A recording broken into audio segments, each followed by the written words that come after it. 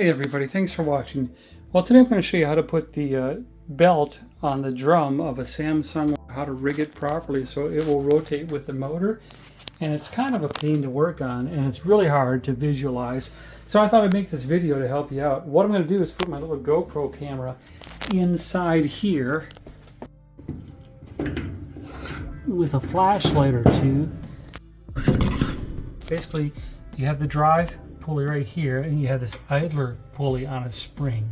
And you need to wrap it around here and in this in a certain fashion. Now this can be sharp metal because it's sheet metal, so be careful.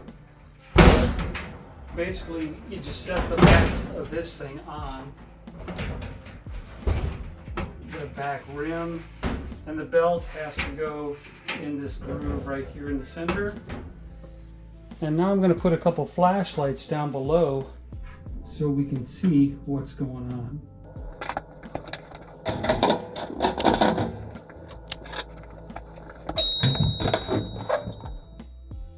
Alright everybody, the camera shows up pretty good.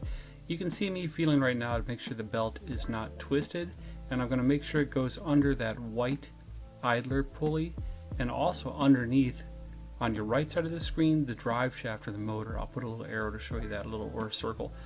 Now you have to push the idler pulley, which is on a spring, all the way up, as far up as you can get it, and then you take the belt and you have to put it underneath the white idler pulley. And this is difficult. Watch me struggle.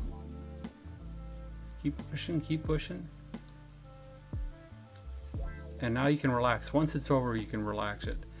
And now you can see that it goes underneath the drive pulley on the right of the screen, and then over the pulley and underneath the idler pulley, and then it'll go around the drum.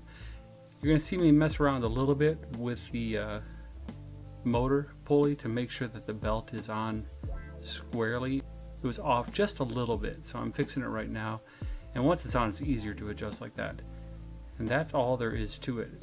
I'll freeze it here and I'll make little dots to show you the positioning of the belt.